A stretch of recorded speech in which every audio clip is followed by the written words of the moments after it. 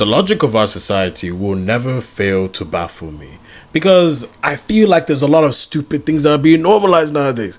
A lot of stupid things. But I think one that I'm going to rant about today is the you're either with us or against us mentality. Now, what is the with us or against us mentality? If you're not with me, then you're my enemy. The with us or against us mentality is basically two people are beefing, right? And it's either you're on this side completely or you're against them completely. You feel what I'm saying? So say, for example, I'm going to use an example being men versus women, right?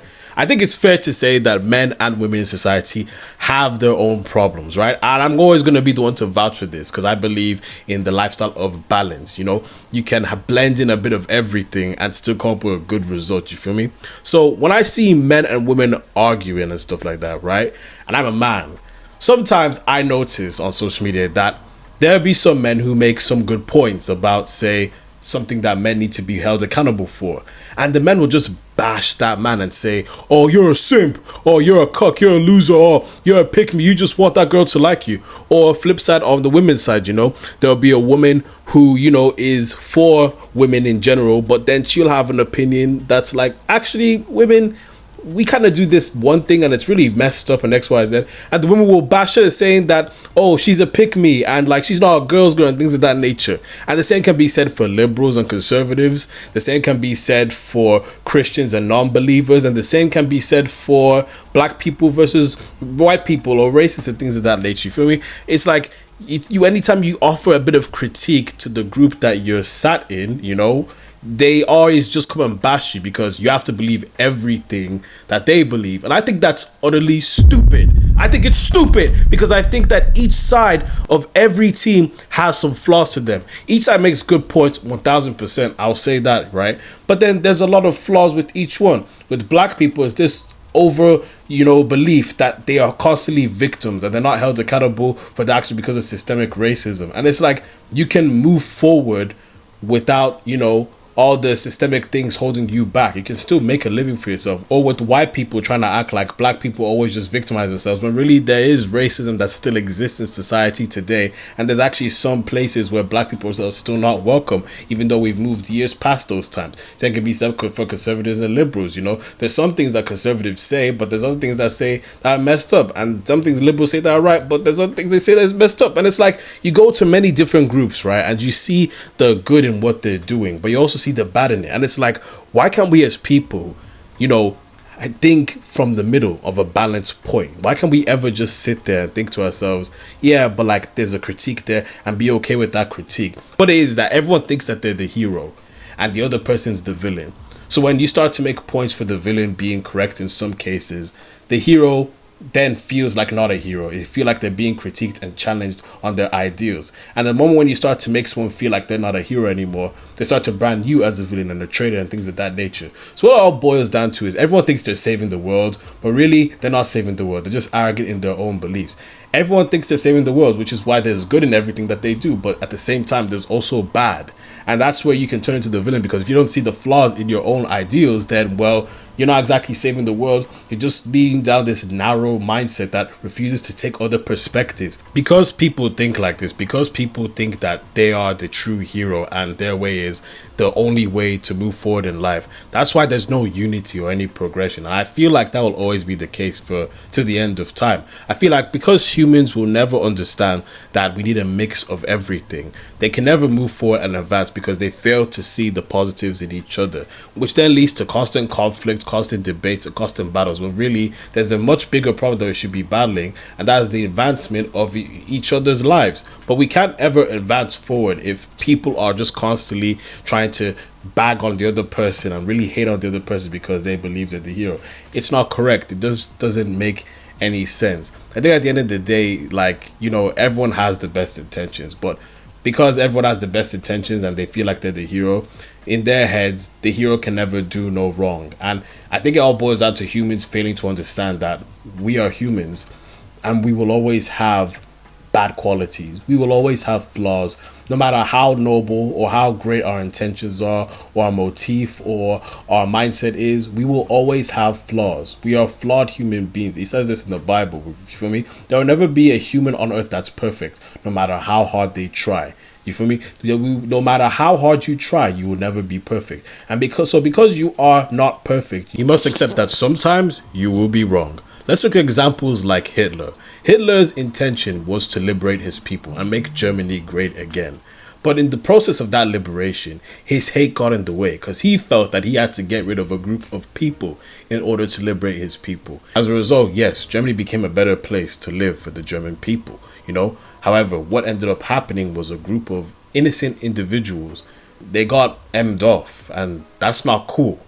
Whether you believe that there's a way to save your people, when you start to blur the lines and step into negative territory, that's where you've lost your way. And that's what I see happening to a lot of people. Obviously not to the level of, but we see it happening on a smaller scale.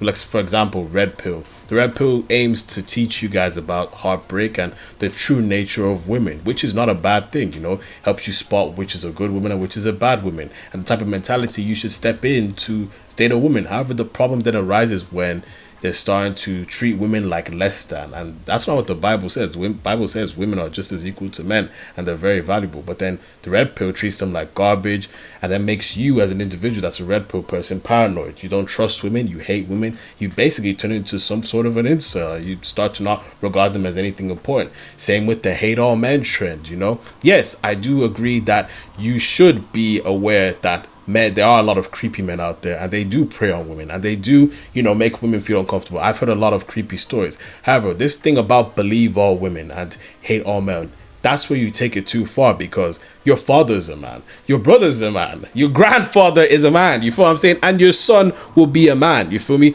That's where it's like you see the good, but then they just take it too far. And the same can be for black people, the same can be for white people, the same can be for all types of things. And I feel like it's a failure to understand that there can be a balance.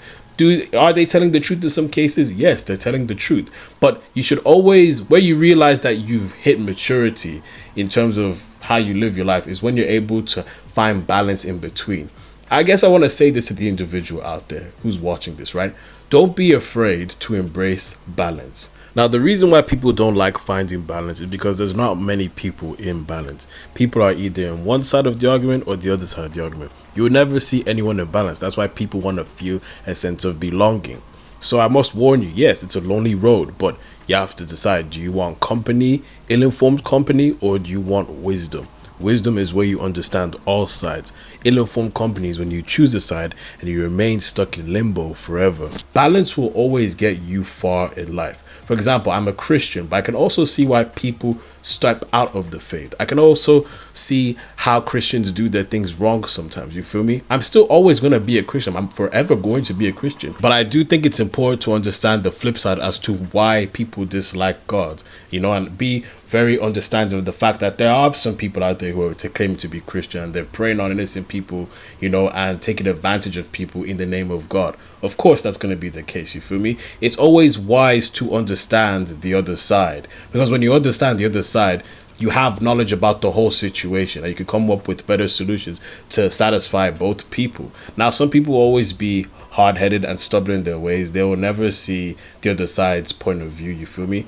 And I think that boils down to a sense of searching for identity. One thing I notice is that a lot of people are insecure. They don't really know who they are. They don't really accept who they are. And they're still on this journey of where they're looking for who they are. And because they don't know who they are, they look for their identity in these titles.